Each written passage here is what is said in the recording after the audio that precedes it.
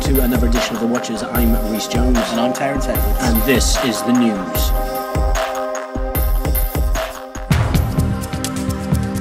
This year's Academy Award nominations have been announced. 9 films have been nominated for Best Picture, including The Artist, The Descendants, Extremely Loud and Incredibly Close, The Help, and Midnight at Paris.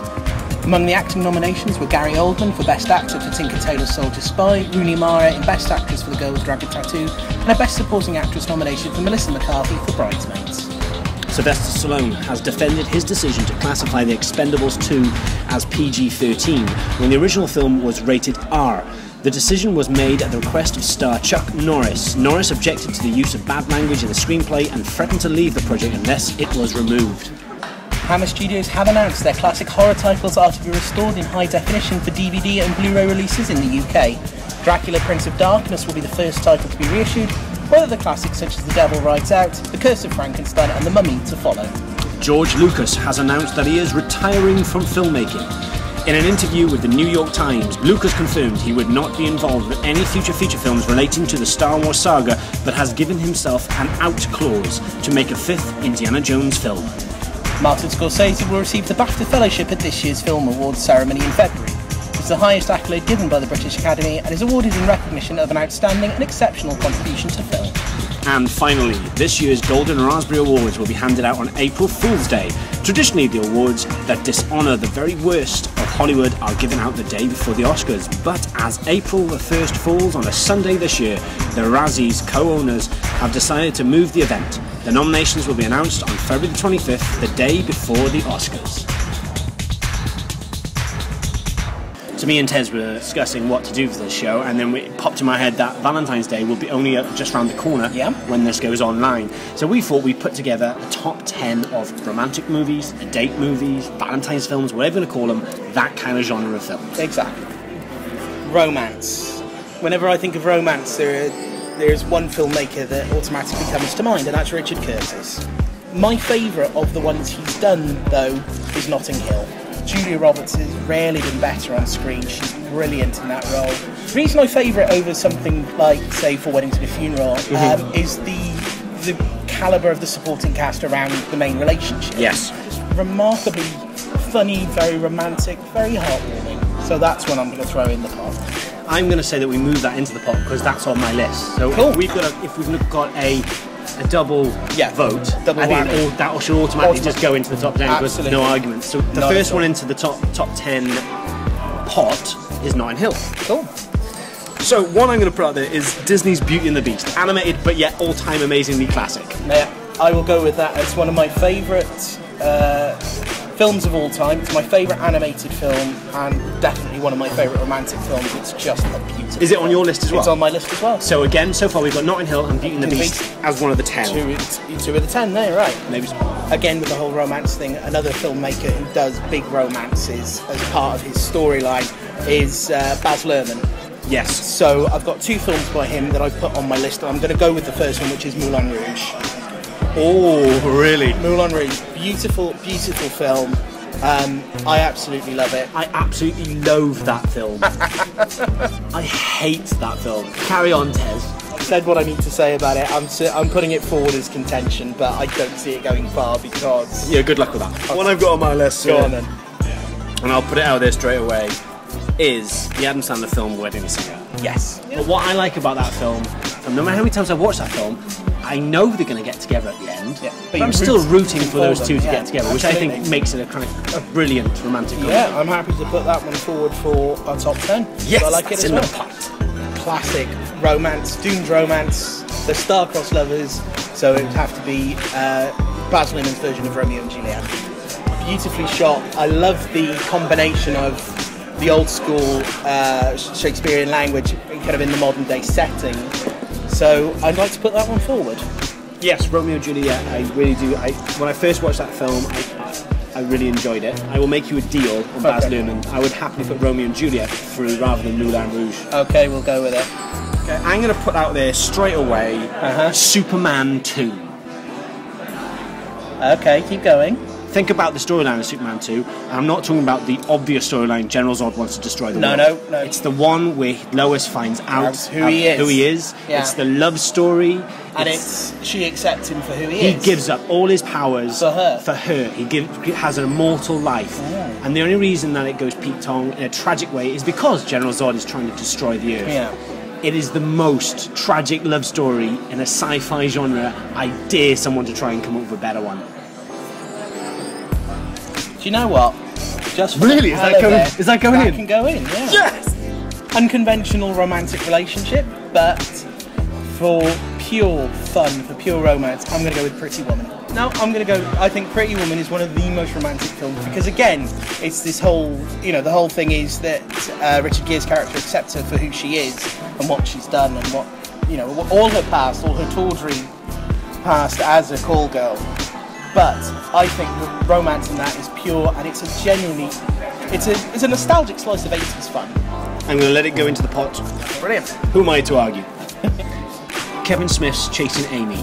Chasing Amy was, in my opinion, one of Kevin Smith's finest pieces of writing. It took a normal romantic situation where boy meets girl. However, the girl is a lesbian.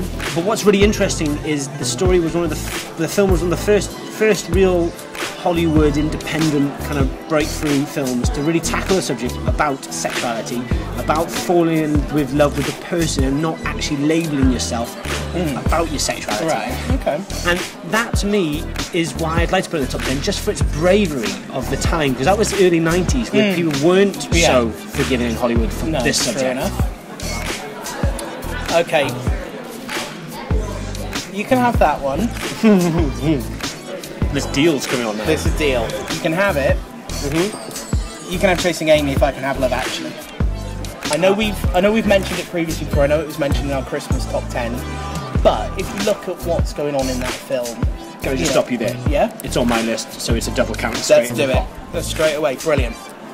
Excellent. Right, we're up to 8. We need another 2 for our top 10, and then we can discuss it and try and put them in some kind of order. No problem. I've got a couple contenders. Come on then. Okay, I'm going to put out there. I'm surprised that not one of us has put Dirty Dancing through so far. And might I add, I'm not. I'm going to put the other Swayze classic, Ghost, for contention. I'm not even going to argue with you. That can definitely Someone won a friggin' Oscar for that film. Yep. It's going in. Whoopi Goldberg. It's going in. Ladies and gentlemen, the Joker of the evening for your contention, and I reckon it should be in the top 10, is, in my opinion, the most romantic movie of all time. Die Hard. Why? Because the film is all about love. It's nothing but love. It's about sacrifice. It's about love. Why does John McClane do everything he does? It's not to save everybody else. It's to save the woman he loves. That's quite romantic. Die Hard romance. Die Hard romance. The two don't seem mutually exclusive, but it's yeah. Okay, Tez. Here's the question. Okay. Is Die Hard going in the pot? It's going in. Yeah! We've got 10 films to deliberate over. We now have 10 films. Right, so we will talk about this and we will give you our top 10 after the review of Haywire.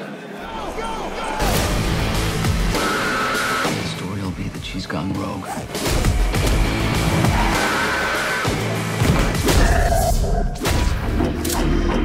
You can tell me right now why you sold me out, or you can tell me in 10 minutes when I have my hands around your throat.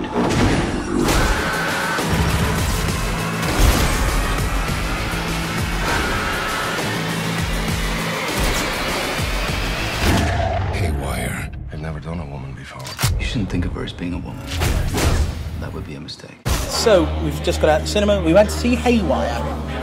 So what did you think? It's weird, because it's not the film I was expecting. Right. Yeah. It's from a director I really like. I am a massive fan of Ocean's trilogies. So yeah, so Steven Soderbergh, director. Yeah, he seems to be branching out at the moment. He's using a lot of the digital technology, and he's going into genres that he hasn't gone into previously. I mean, his last film was Contagion. Haywire can be classed in the same kind of field as that, because he's going into a field. Because whilst the Ocean's films are caper kind of films, this is much more straightforward action movie, which he hasn't really done before. Yeah. What I liked about this film is the pace. Yeah. Now, it wasn't anything new, but it was new for audiences of now, it had a kind of French Connection feel for me. The pace was that kind of feel. Yeah. Very slow burning, very patient within its building the tension. Yeah. And it was very gritty. And for an American movie, it felt like I was watching a European film. The lead role is taken by a non-actress, Gina Carano, who plays Mallory, the main character. She's actually a mixed martial artist, fighter, and a former American gladiator. Apparently Soderbergh saw her fighting in a televised match. She was fantastic though. She was brilliant. She can certainly kick ass, but you know, she more than held herself against people like Michael Douglas.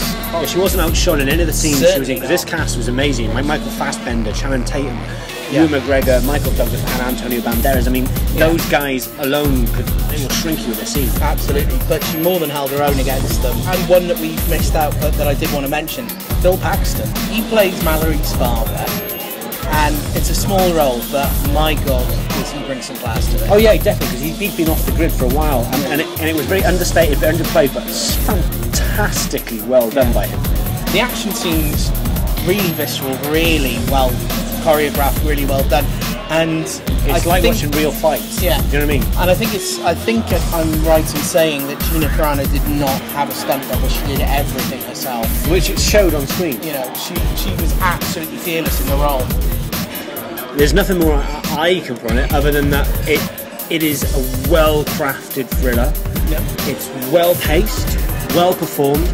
Direction, as ever, is fantastic by Steven Soderbergh. I felt that the climax of the movie, it kind of plateaued for me. Right. That's the only downside I can think of. Yeah. For me, I would have liked a bit, not a massive action scene or anything like that, because it wouldn't have fitted in within the movie. Just something a little bit more. Just the showdown with her and Ewan McGregor. Not to spoil the movie for anyone, but just that was a little bit plateau for me. To be honest, It's a well-worn story. It's a join the dots espionage story. It is. You know, I mean, you've seen this kind of story done before. Well, let's hit stars then. Let's hit stars. Yeah, 3.5 out of 5. A good, solid action act. This is the first time, but I agree with you. So the two of us will give it 3.5 stars. There we go.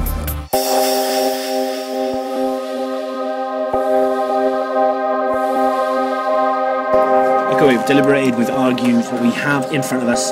Top 10 Valentine's movies. In at number 10 is Die Hard. Number 9 is Chasing Amy. Number 8 is Pretty Woman. Number 7, Romeo and Juliet. And number 6 is Superman 2.